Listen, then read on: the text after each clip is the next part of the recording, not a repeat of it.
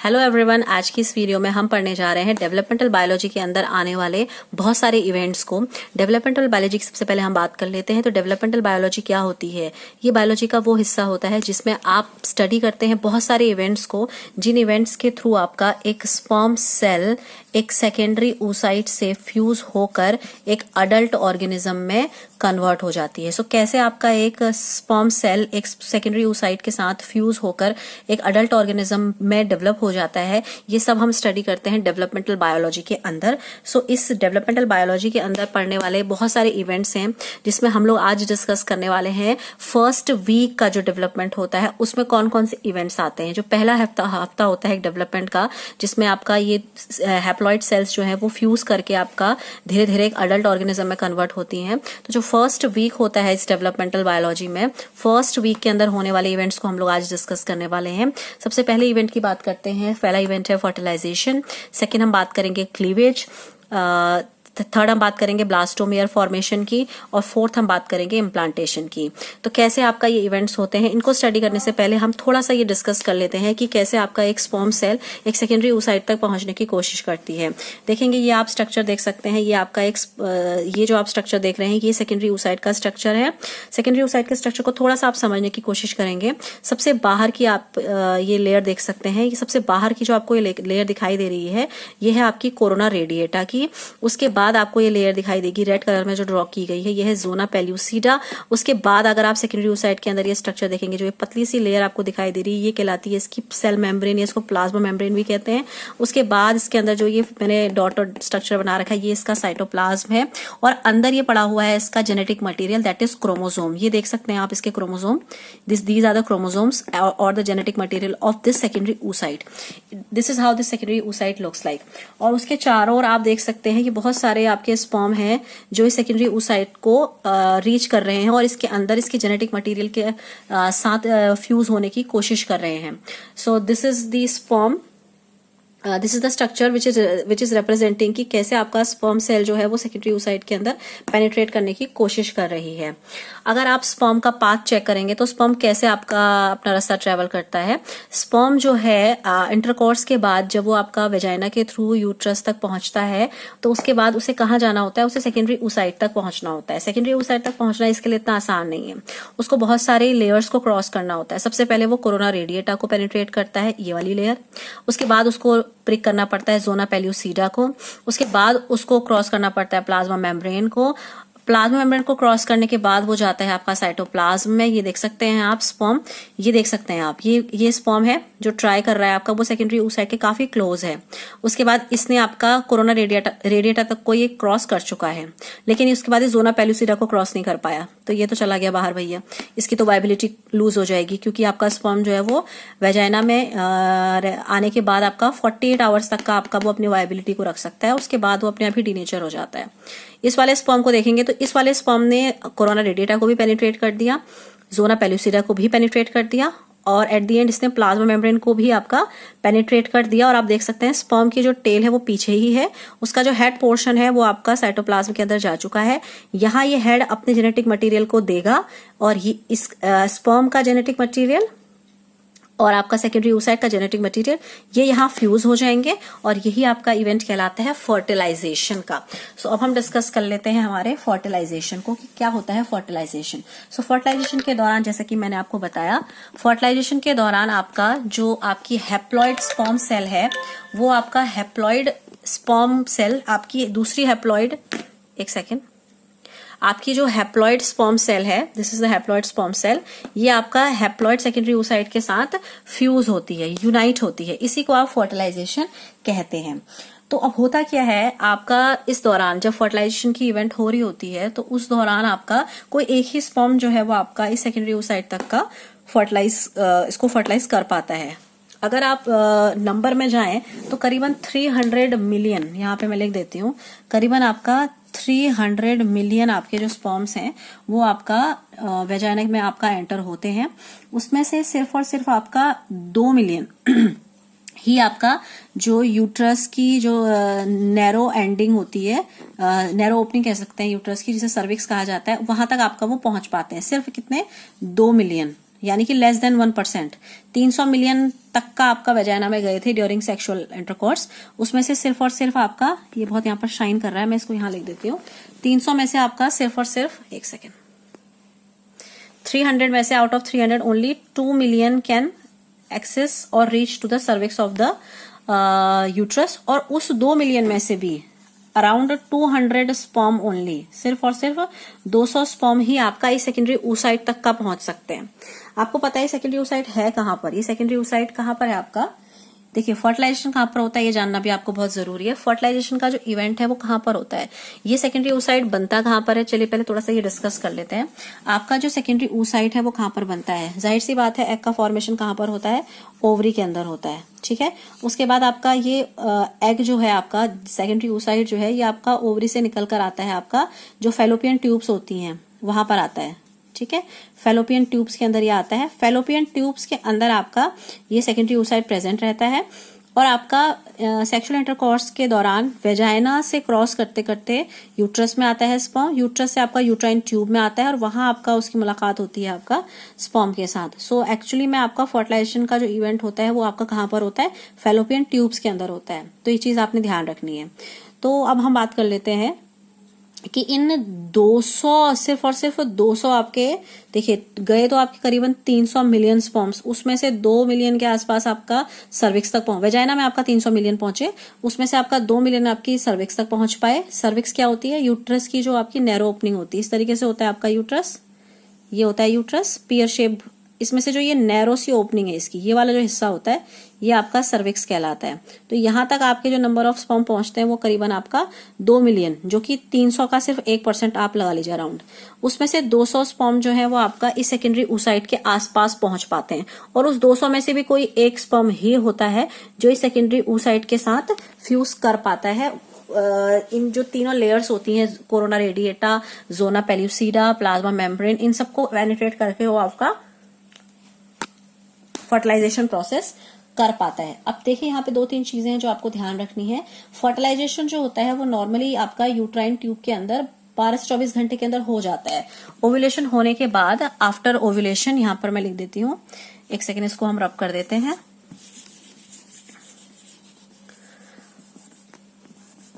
After ovulation,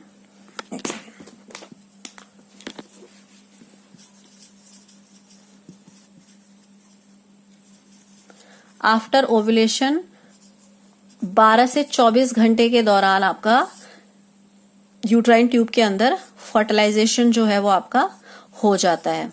और जो आपका सेकेंडरी oocyte होता है वो आपका 24 घंटे तक ही आपका क्या रह सकता है? आफ्टर ओव्यूलेशन वो फर्टाइल रहता है, अदरवाइज उसके बाद वो डीनेचर हो जाता है। वहीं हम बात करें हमारे स्पर्म की, तो स्पर्म जो है वो आपका करीबन 48 घंटों तक का आपका वायबल रहता है। तो सेकेंडरी oocyte का और स्पर्म का जो वायबिलिटी का पीरियड होता है वो अलग अलग होता है। ओव्यूलेशन होने के बाद आपका 12 से 24 घंटे के दौरान तक का आपका जो सेकेंडरी oocyte है वो फर्टाइल रहता है, और आपका वेजाइना में स्पर्म जब जाता है तो उसके 48 घंटे तक आपका वो वायबल रहता है। सो यहाँ पर हम एक इम्पॉर्टेंट चीज सीख सकते हैं कि जो इंटरकोर्स के बाद प्रेगनेंसी होने के चांसेस होते हैं वो सबसे ज्यादा कब होते हैं? तो प्रेगनेंसी होने के चांसेस जो सबसे ज्यादा होते हैं उसके लिए आपकी एक 3 डे विंडो आती है। 3 डे विंडो किसे कहा जाता है ये हम यहाँ पर देखते हैं। 3 डे विंडो किसे कहते हैं? आपका ओव्यूलेशन से 2 दिन पहले और आपका ओव्यूलेशन से 1 दिन बाद, यानी कि from 2 days before ovulation to 1 day after ovulation. हम इसे यहां लिख देते हैं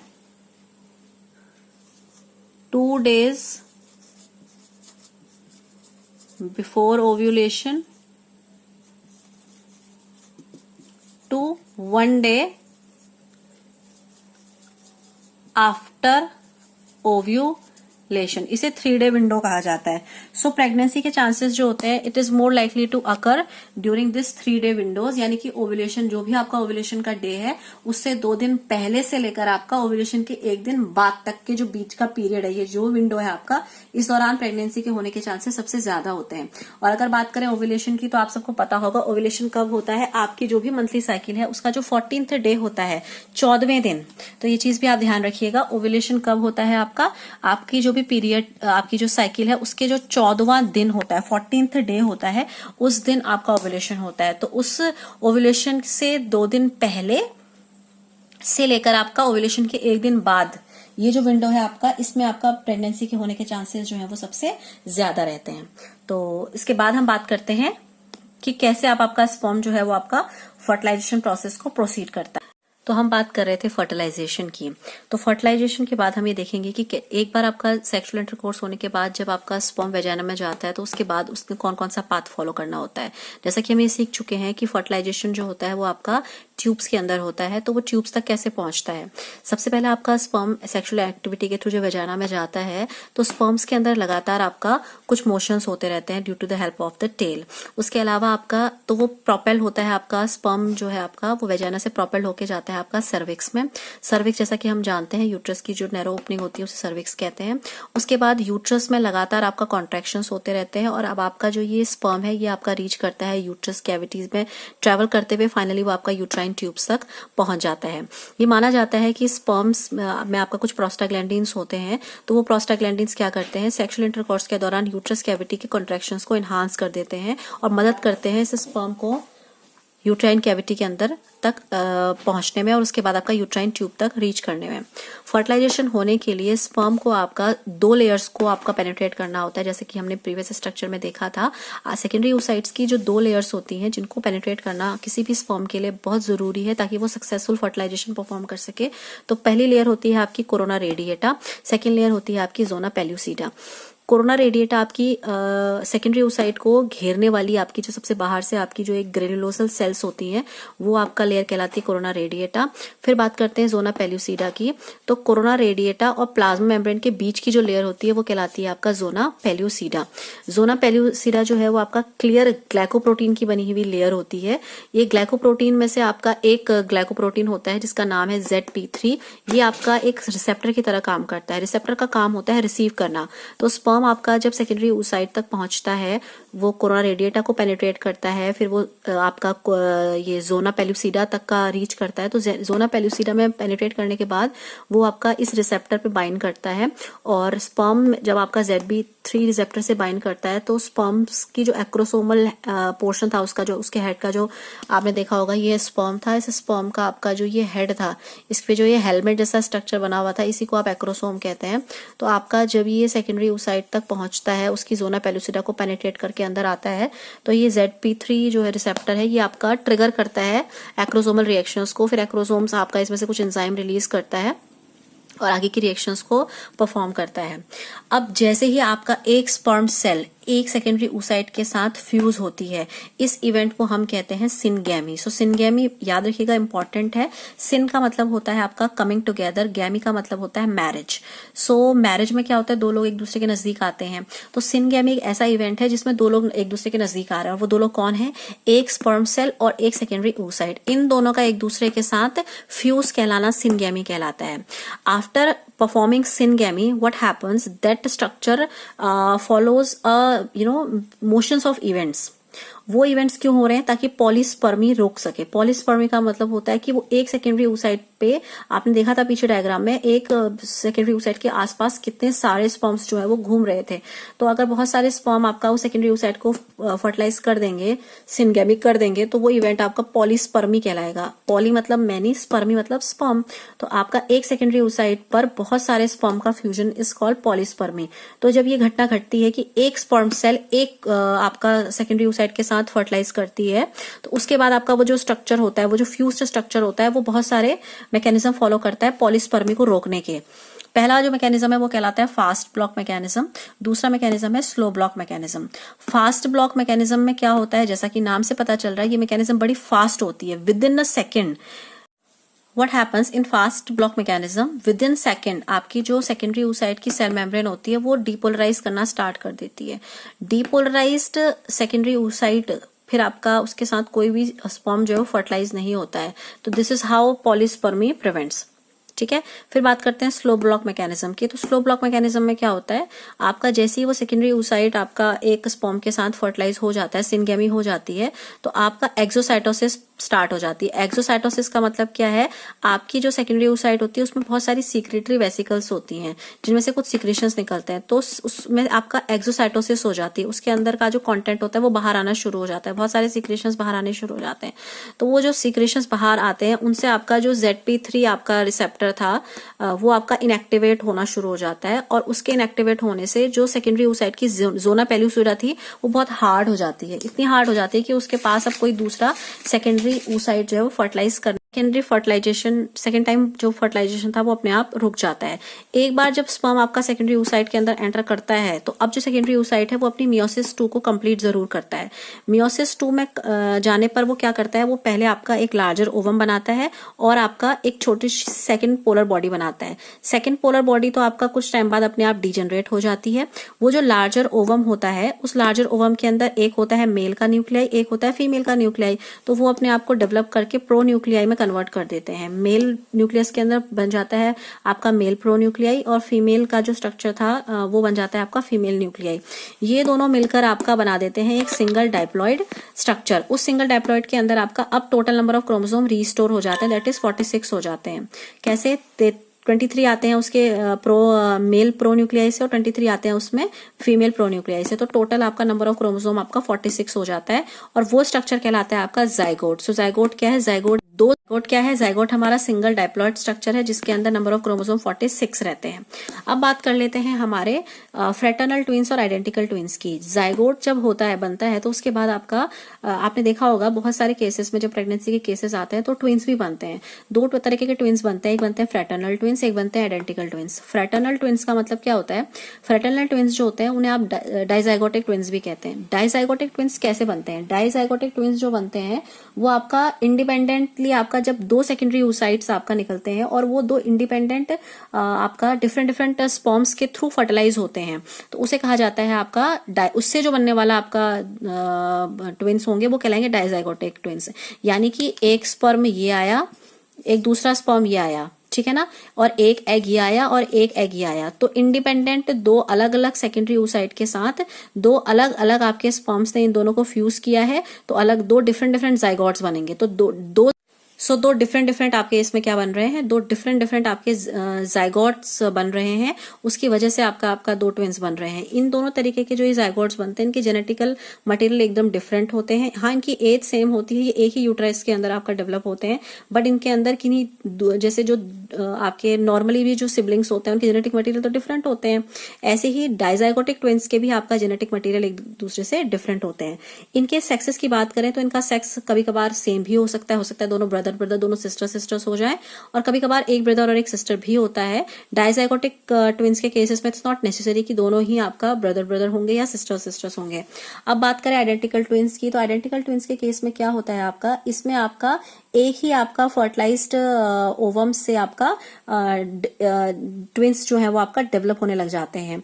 तो इसमें आपका एक ही जाइगोट से आपका ट्विंस का फॉर्मेशन हुआ है, वही आपका जाइगोट जो है वो पॉलीस्पर्मी कर जा रहा है। इस केस जेनेटिक मटेरियल सेम होने की वजह से हमेशा आपका इनके सेक्सेस भी जो है वो आपके सेम ही रहते हैं। मोनोजाइगोटिक ट्विंस जब भी आपका बॉर्न होते हैं तो या तो आपका ब्रदर्स ही होंगे आपस में या सिस्टर्स होंगी, it can never be one brother और वन सिस्टर। सो अब बात करेंगे हम आगे होने वाले इवेंट्स क्लीवेज की।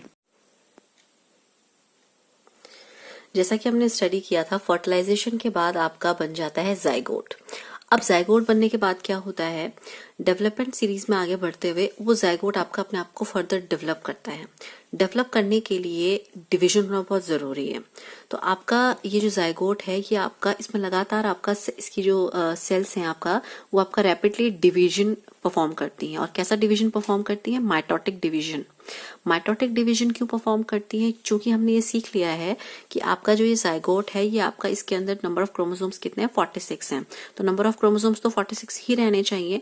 अगर आपका माइटोटिक होगा तो उसके थ्रू जो डिवाइडेड सेल्स बनेंगे उनके अंदर नंबर ऑफ क्रोमोसोम्स इक्वल रहेंगे, दैट इज 46 रहेंगे। तो ये आपका माइटोटिक डिवीजन के थ्रू आपका रैपिडली डिवाइड होगा और इसी इवेंट को आप क्लीवेज कहते हैं। सो क्लीवेज ऑफ जाइगोट का मतलब होता है early rapid mitotic division of a zygote. तो जाइगोट आप ये देख सकते हैं, ये आपका प्रोन्यूक्लियस, मेल प्रोन्यूक्लियस, ये आपका फीमेल प्रोन्यूक्लियस, ये दोनों एक दूसरे से फ्यूज हो गए and this is the zygote. और इसके बाहर जो ये लेयर बनी हुई है ये बनी है आपकी जोना पेल्यूसिडा। तो आपका होता क्या है, फर्टिलाइजेशन होने के 24 घंटे के बाद आपका ये क्लीवेज का इवेंट जो है ये आपका स्टार्ट होता है। सो इसको पूरा होने में करीबन आपका 6 घंटे लग जाते हैं। जो फर्स्ट आपका डिवीजन होता है आपका, इसमें आपका 6 आवर्स का टाइम लग जाता है। उसके बाद ही आपका सक्सेसिवली अपने आप को फिर से माइटोटिकली डिवाइड करता है। और आपका जैसे जैसे आपका ये डिवीजन आगे को बढ़ता जाएगा, जो इसके अंदर आपकी सेल्स हैं आपकी ये छोटी छोटी आपकी प्रोग्रेसिवली आप साइज देखेंगे तो कम होगा, साइज कम होगा अंदर वाली सेल्स का, बट नंबर बढ़ता जाएगा।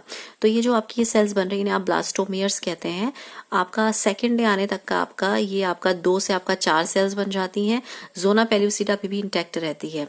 उसके बाद आपका डे 4 आता है। डे 4 में आपका अंदर पाई जाने वाली जो आपका ये ब्लास्टोमियर्स थे ये आपका अपने आप को प्रोग्रेसिवली और डिवाइड करके आपका 16 सेल स्टेज में आ जाती हैं और आपका एक सॉलिड स्फीयर बन जाता है। इस स्ट्रक्चर को आप मॉड्यूला कहते हैं।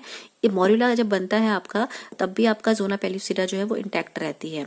अब आपका आता है 4th डे के एंड के बाद आपका that is on the starting of the day 5 what happens now, आपका जो ये मॉड्यूला था अब आपका ये अपने आप को फर्दर प्रोग्रेसिवली और आपका इसमें रैपिड डिवीजन होता है और अंदर आपकी जो ये सेल्स थी आपकी ब्लास्टोमेर्स थी ये आपकी और भी ज्यादा छोटी बन जाती हैं और आपका आप ये स्ट्रक्चर आपका कहलाता है ब्लास्टोसिस्ट। व्हाट हैपेंस एक्चुअली, आपका जब ये मॉड्यूला में आपने देखा कि जोना पेल्यूसिडा जो थी वो आपकी वहां पर अभी भी इंटैक्ट थी। अगर आप बात करें, देखिए डिवीजन होता जा रहा है, डिवीजन होने पर अंदर पाए जाने वाली जो नंबर ऑफ सेल्स हैं वो तो बढ़ रही हैं, लेकिन अगर आप ओवरऑल जाइगोट के स्ट्रक्चर को देखेंगे from the zygote till morula, size जो है वो ओरिजिनल जाइगोट का जितना ही रहता है। आपका मॉड्यूला का साइज भी उतना ही है जितना आपका ओरिजिनल जाइगोट का साइज था। अब क्या होता है 4th डे के एंड तक, जैसे कि मैंने आपको बताया कि मॉड्यूला के अंदर की जो नंबर ऑफ सेल्स हैं वो आपका प्रोग्रेसिवली बढ़ती रहेंगी और आपका अब ये जो मॉड्यूला बन चुका है अभी आपका यूट्राइन ट्यूब में आपका वहां से मूव करता हुआ यूट्राइन कैविटी में पहुंचेगा। जब मॉड्यूला आपका यूट्राइन कैविटी के अंदर पहुंच जाता है तो वहां पर मतलब ऑन द डे 4th और 5th, सो व्हाट हैपेंस, जब ये आपका ब्लास्टो मॉड्यूला जो है आपका यूट्राइन कैविटी के अंदर पहुंचता है तो यूट्राइन कैविटी में आपका जो यूट्रस की जो लाइनिंग होती है, जिसे आपको पता है ये यूट्रस है आपका, uterus, this is the uterus. Uterus की जो ये लाइनिंग होती है इसे आप कहते हैं एंडोमेट्रियम। तो इस एंडोमेट्रियम में आपका कुछ ग्लैंड्स होती हैं जो अपने में से कुछ सिक्रेशंस छोड़ती हैं। वो सिक्रेशंस जो होते हैं वो आपका ग्लाइकोजन रिच होते हैं। तो वो ग्लाइकोजन रिच सिक्रेशंस जो है वो आपका इस मॉड्यूला के अंदर एंटर करता है और आपका बना देता है यूट्राइन मिल्क। सो यूट्राइन मिल्क बनने के बाद व्हाट हैपेंस, अंदर आपका एट द एंड आपका अंदर जो सेल्स थी वो आपकी वो बहुत बढ़ती जाती है, करीब ये 32 सेल स्टेज में पहुंच जाता है। यहाँ पे 16 तक था, फिर आपका 32 सेल स्टेज में पहुंच जाता है। तो जब आपका ये 13 सेल स्टेज में पहुंचता है तो आपका जो ये यूट्राइन फ्लूइड था ये आपका मॉड्यूला के अंदर एंटर करता है और आपका कैविटी बना देता है जिसे आप ब्लास्टोसिस्ट कैविटी कहते हैं। ये ब्लास्टोसिस्ट का एक्सटर्नल लुक है, बाहर से आपको ये ऐसा दिखाई देगा। अगर आप इसको इंटरनली देखेंगे तो आपको इसके अंदर एक देख सकते हैं आप, एक इसको सराउंडिंग लेयर दिखाई देगी आपको और बीच में आपको कुछ अलग से मास दिखाई देगा। तो आपका ये ब्लास्टोसिस्ट इंटरनली ऐसा नजर आता है। इसमें आपको 2 स्ट्रक्चर दिखाई दे रहे हैं, एक तो बाहर का स्ट्रक्चर है इसे ट्रोफोब्लास्ट कहते हैं और अंदर का मास है जिसे इनर सेल मास कहते हैं।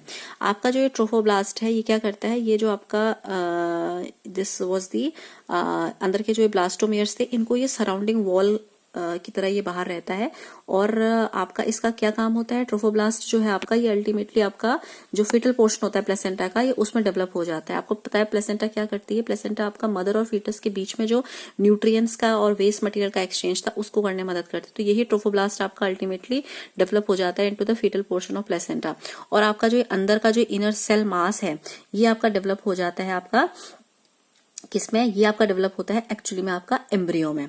सो इस तरीके से आपका देख सकते हैं आप कि कैसे आपका एक जाइगोट से आपका ये अब आपका एक एम्ब्रियो बनने वाला है। अब बात करते हैं हमारी इस बाहर की जोना पेल्यूसिडा की। आप देख सकते हैं यहाँ तक आपका जोना पेल्यूसिडा जो थी वो मॉड्यूला तक का थी। उसके बाद आपका जब ब्लास्टोसिस्ट बनने लगा तो आपका जो ये जोना पेल्यूसिडा है ये आपका खत्म होने लगी। ठीक है, तो आपका जोना पेल्यूसिडा का शेडिंग होना भी बहुत जरूरी था। क्यों जरूरी था, अदरवाइज आपका नेक्स्ट स्टेप जो है हमारा फर्स्ट वीक ऑफ डेवलपमेंट में दैट इज इम्प्लांटेशन वो नहीं हो पाता है। So it is very important to shed off the zona pellucida to permit the next step that is implantation. तो अब हम बात करते हैं हमारे इम्प्लांटेशन की। हैं हमारे last step of the first week of the development की, इम्प्लांटेशन की। एक बार आपका जब ब्लास्टोसिस्ट बन जाता है तो उसके बाद वो ब्लास्टोसिस्ट को आपका इम्प्लांट होना होता है। इम्प्लांटेशन का मतलब होता क्या है? इम्प्लांटेशन का मतलब होता है कि आपका जो वो ब्लास्टोसिस्ट है वो आपके यूट्रस की जो वॉल होती है, एंडोमेट्रियम, वो वहां पर जाकर अटैच हो जाए, ठीक है, उसे आप इम्प्लांटेशन कहते हैं। लेकिन आपका फर्टिलाइजेशन होने के बाद आपका जो ब्लास्टोसिस्ट है वो यूट्राइन कैविटी में करीबन 2 दिन तक का आपका फ्रीली घूमता रहता है।